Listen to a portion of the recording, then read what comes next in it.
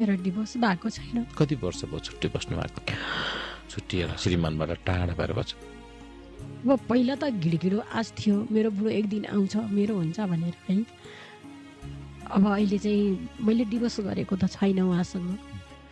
उहाँले चाहिँ म हुँदाहुँदै पहिला पनि अर्कै लिएर जानुभयो, मेरो भए जति खाएर मलाई नाङ्गो मुङ्गो बनाएर जानुभयो। तर पनि मैले उहाँको बच्चा पालेर हुर्काइ बढाइ पढाइ गरेर देश विदेश धाएर गरेको। अब देख्नेलाई भोग्नेलाई देख्नेलाई आँखामा आँसु आउँछ। सबैजना गाउँको मान्छेहरू मलाई देखेर रुन्छन्। त जस्तो आइमा यो दुनियाँमा कोही पनि छैन होला। दुःखले हार खाएर हिँडेको छैन मैले। मादै बेसीमा आएर गिट्टी पनि कुटेँ मैले। यतिखेर तपाईँको श्रीमानले यो पोडकास्ट हेर्दै हुनुहुन्छ भने के भन्न मन लाग्छ? यदि हेर्नुभयो भनेदेखि मैले चाहेको भए मैले जेलमा हाल्न नि सक्थेँ। मैले मेरो सामुन्ने मलाई आइमे बे गरेर ल्याएर मलाई बाँसको घोडालो उठाएर, तर मैले मलाई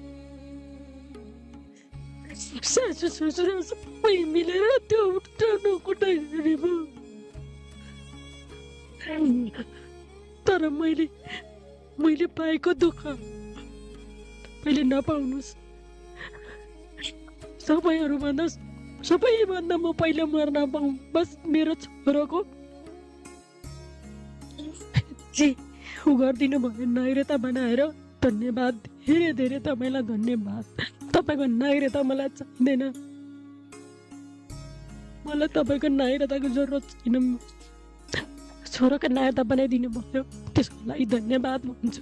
मेरो जग्गा मेरो नाममा फिर्ता दिनुभयो त्यसको लागि धन्यवाद भन्छु। सोच्ने लिएर मात्र जिन्दगीमा खुसी मिल्छ भने सधैँभरि अझ अर्को पनि लिएर आउनुहोस्, यही भन्न चाहन्छु। तपाईँ पछि कतिवटा विवाह गर्नुभयो उहाँले?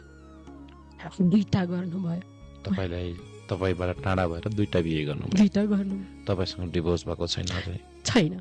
विवाह दर्ता छ मसँग। तर उहाँले बिहे गर्नुभयो अर्को पनि। तर उहाँको श्रीमतीलाई मैले देखेकी हुँला पहिला घर आउँदा बाटो हिँड्दा, तर मैले चिनेको चाहिँ छैन।